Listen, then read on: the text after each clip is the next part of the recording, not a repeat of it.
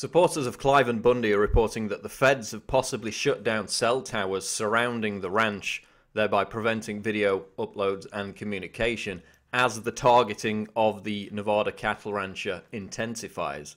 Increased media coverage of Cliven Bundy's struggle against the federal government over the past week has not only brought more support to his cause, it's also brought more legitimacy, and we've seen numerous lawmakers now come out publicly and throw their weight behind Bundy while chastising the feds and the Bureau of Land Management, who of course were forced to remove their ludicrous First Amendment area after all the protesters ignored it and after it was ridiculed by the governor of Nevada.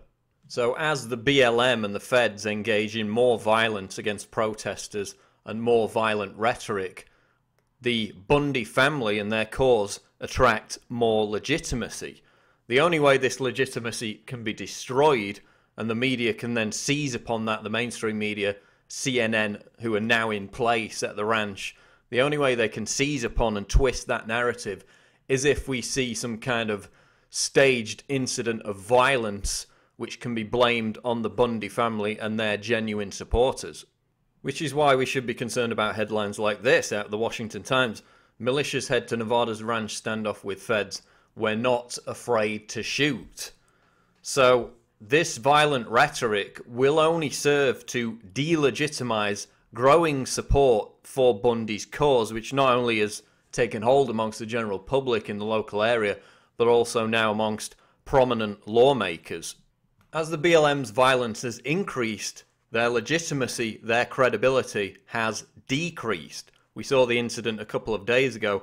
Pregnant woman thrown to the ground, a cancer victim thrown to the ground, somebody else tasered, and the BLM had to leave. This incident stoked much wider media attention and further condemnation of the BLM's actions by prominent lawmakers.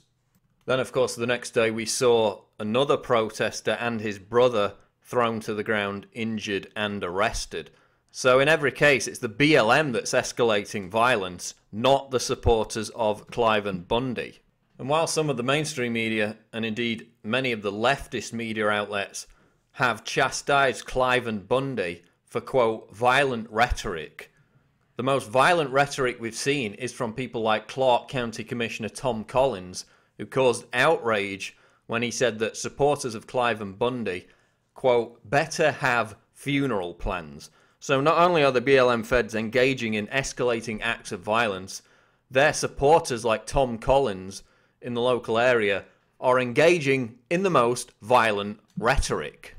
And let's not forget that it's the BLM agents who are pointing guns at people simply for expressing their First Amendment rights. Cliven Bundy supporters are not pointing firearms at anyone. They're surrounded by hundreds of armed federal agents, some of them with sniper guns and sophisticated surveillance technology. The violence is coming from the feds, not from Cliven Bundy or his supporters, which is why they will need to flip that narrative around and demonize Cliven Bundy and his supporters as violent extremists, which is now what we're going to see with all these, quote, militia members heading to the area, because you can bet your bottom dollar that there will at least be some infiltrators working for the feds posing as Cliven Bundy supporters and militia members. And this is key. Remember what happened to Ed and Elaine Brown, the New Hampshire tax protesters, who, although the Cliven Bundy situation isn't as fraught as theirs were, they were also surrounded by armed federal agents. They also attracted a ton of supporters to their home and the surrounding area. Of course, they were also being demonized in the mainstream media. What happened is that so many supporters arrived that they became kind of blasé about it, and they actually ended up inviting in US federal marshals into their home. By mistake, they were posing as supporters, as protesters.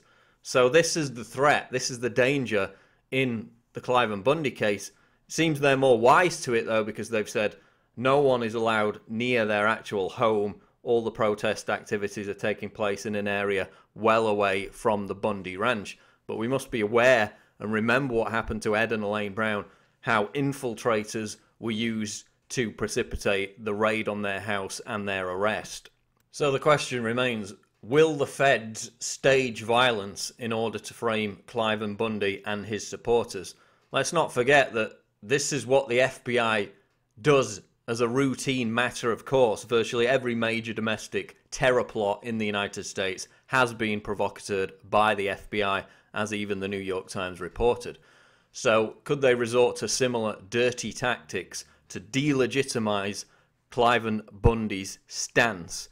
Only by maintaining peaceful, non-violent resistance can Cliven Bundy and his supporters maintain the credibility, the legitimacy that they've built thus far.